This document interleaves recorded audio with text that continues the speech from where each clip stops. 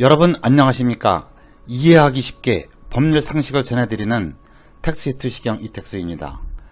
이번 시간에는 부동산 매매에서 절대로 하지 말아야 할 5가지 라는 주제로 말씀 올리겠습니다. 토지나 건물 등 부동산은 우선 가격이 높아서 한번 잘못되면 경우에 따라서는 평생 회복할 수 없는 손해를 볼 수가 있고, 그럴 경우 재산적 피해는 물론 정신적, 육체적 건강까지 손상될 수가 있습니다. 그래서 부동산 거래를 할 당시에는 특히 만반의 주의를 기울여야 합니다. 통상 부동산 매매는 우선 매매 가격을 정하고 계약 당일 매매 가격의 10분의 1에 해당하는 계약금을 지불하고, 중간에 중도금 지불하고 잔금 지급기일에 잔금을 지급하면서 소유권 이전 등기를 받음으로써 종료가 됩니다. 매우 간단한데 이 부동산 매매와 관련하여 많은 문제가 발생하는 게 현실입니다. 부동산 매매에서 절대 하지 말아야 할 5가지 중 첫째, 매도인은 잔금을 완불받기 전에 선 이전 등기를 해주지 말라는 것입니다. 제가 오랜 기간 동안 변호사로 활동하면서 부동산 매매 계약 후 잔금을 완불받기 전에 소유권 이전 등기를 해주었다가 매수인이 약속을 지키지 않아서 손해를 본 분을 여러 보았습니다. 전국적으로 이 부동산 개발이 활발하게 이루어지고 있습니다. 그런데 그 업자 중에는 사업자금이 충분하지 아니한 상태에서 사업을 하는 업자들이 많습니다. 그들은 사업자금을 대출을 받아서 사업을 할 계획으로 부동산 매매 계약을 하고 계약금만을 지불하면서 소유권 이전 등기를 먼저 해달라고 요구합니다. 그 이유는 선 이전 등기를 받아서 근저당을 설정하고 사업자금을 대출받기 위해서입니다.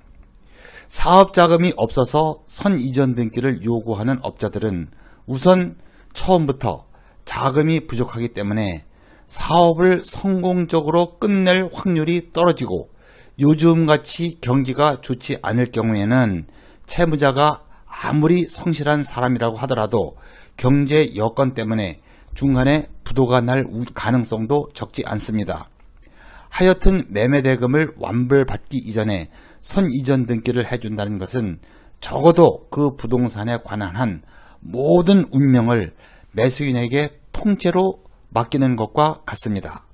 선 이전 등기를 받은 매수인은 그 다음부터는 매수인이 아니라 소유자로서 매매나 증여, 근저당 설정 등 그 부동산에 관한 모든 권한을 행사할 수 있고, 한편 그 등기부상 소유 명의자의 채권자들도 그 부동산에 대하여 모든 채권 행사를 할 수가 있습니다.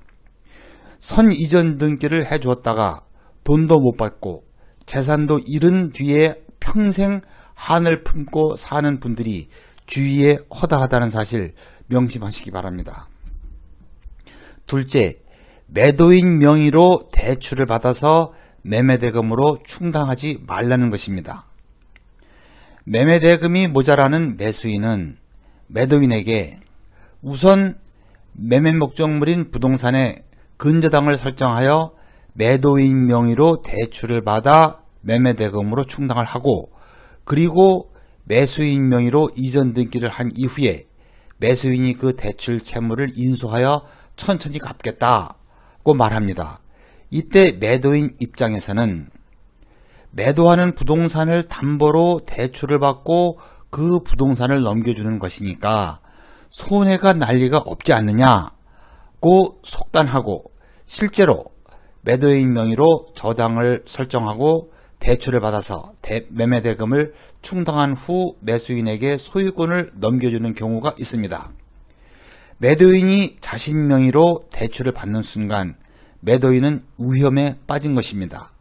이러한 경우 대부분의 매수인은 사업을 목적으로 토지를 매수하는데 매매대금도 없는 상태에서 사업자금이 충분할 리가 없고, 매도인 명의로 저당 채무를 설정하는 것을 쉽사리 변제하지 못할 가능성이 큽니다. 그럴 경우 그 저당 채무는 여전히 매도인의 채무로 남아있고 매수인의 사업이 꼬일 경우 그 채무의 원리금을 매도인이 갚아야 하는 문제가 남습니다.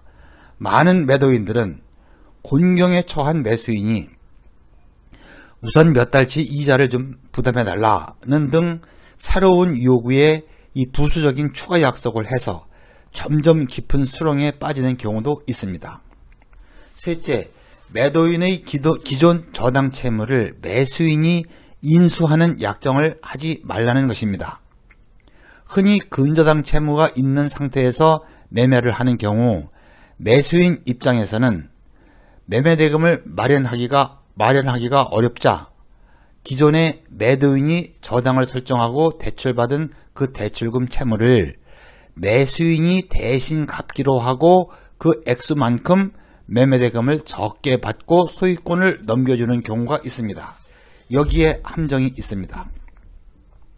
당사자 간에 약정한 대로 매도인의 근저당 채무에 대하여 매도인은 앞으로는 절대로 그 채무에 대하여 책임이 없고 매수인만이 책임을 지게 되는 경우 이것을 면책적 채무인수라고 합니다.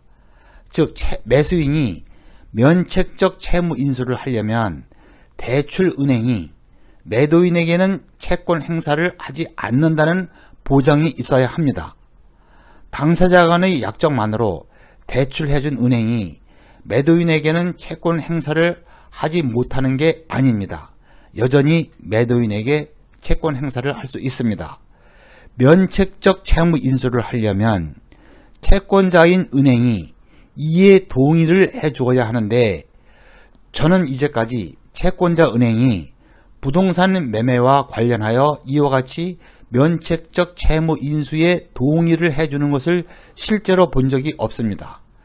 그건 담당 직원이 결정할 게 아니라 상부의 승인을 받아야 한답니다. 결국 매수인이 약속을 이행하지 못할 경우에는 매도인이 책임을 져야 합니다. 많은 분들이 새로이 근저당을 설정하는 것보다 기존의 근저당 채무를 인수하는 게 비용이 적게 드는 것으로 아시는데 거의 동일하다고 보시면 됩니다.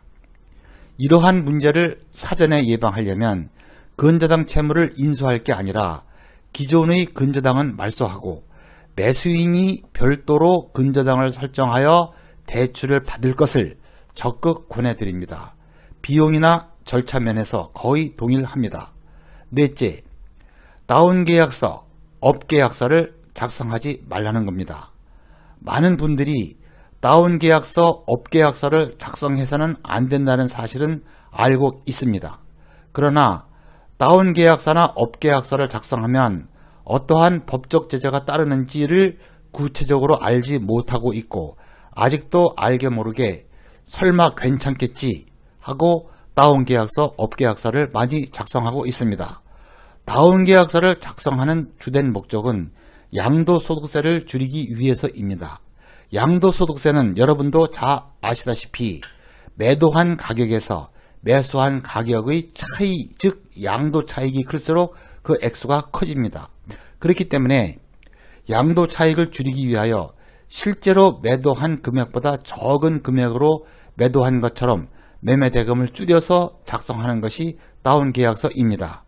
반대로 부동산을 매수하는 사람이 후에 그 부동산의 가액이 상승해서 먼 장래에 고액으로 매도할 것을 가정하고 그 부동산을 매수할 때 미리부터 양도소득세를 적게 납부할 목적으로 실제 매매 금액보다 올려서 매수한 것처럼 계약서를 작성하여 매매 신고를 하는 예도 있습니다. 이때 작성하는 것을 업계약서라고 합니다. 이런 경우는 대개 양도인이 양도소득세를 면제받는 경우 예컨대 농토를 8년 이상 작용을 한 후 매도하는 경우나 1가구 1주택 소유자가 주택을 양도하는 경우에는 양도소득세가 면제가 됩니다. 이와 같이 양도인이 양도소득세를 면제받는 경우에 많이 이루어지지요. 어떠한 경우이든 실제 매매 가액과 달리 계약을 체결하면 현행법에 위배가 되고 위배 사실이 밝혀지면 혹독한 법적 제재가 뒤따른다는 사실을 명심하셔야 합니다.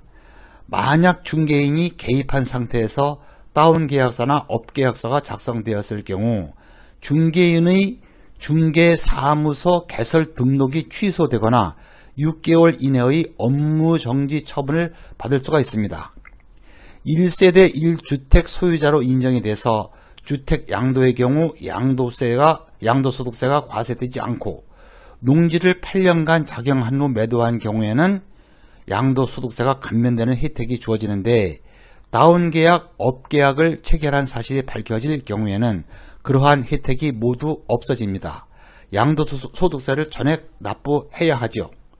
거기에다가 다운계약서와 업계약서를 작성하면 그 자체로 신고를 제대로 하지 않은 것이 될 수밖에 없습니다. 이 경우 신고하지 않은 데 대한 가산세가 부과되는데 그 금액은 불법으로 세금을 납부하지 않은 금액의 최고 40%까지 부과될 수 있습니다. 또한 거기에 세금 납부를 지연하였다는 이유로 가산세가 별도로 부과되는데 세금을 납부하지 않고 지연한 기간 동안 하루당 불법 탈세액의 0.025%의 비율로 계산한 금액이 부과됩니다.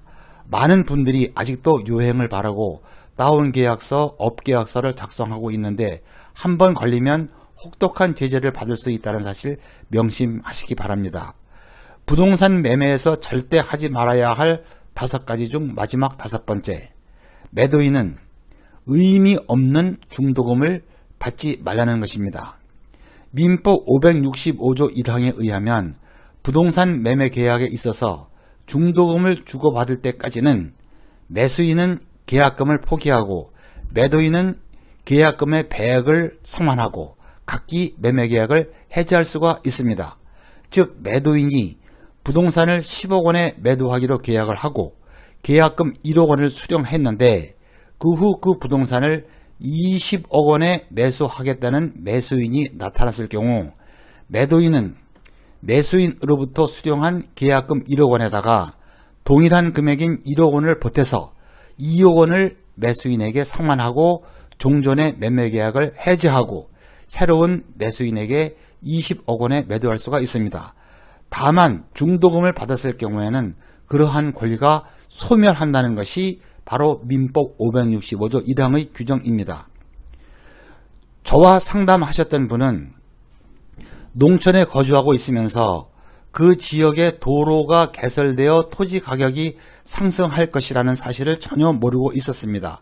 그 분은 자신의 유일한 농토를 매수하겠다는 투기꾼이 나타나서 계약을 체결하고 매매대금의 10%에 해당하는 계약금을 수령했는데 중도금 기일이 되기 전에 느닷없이 나타나서 중도금을 미리 지불하겠다고 해서 아무런 생각 없이 소액의 중도금을 수령했습니다.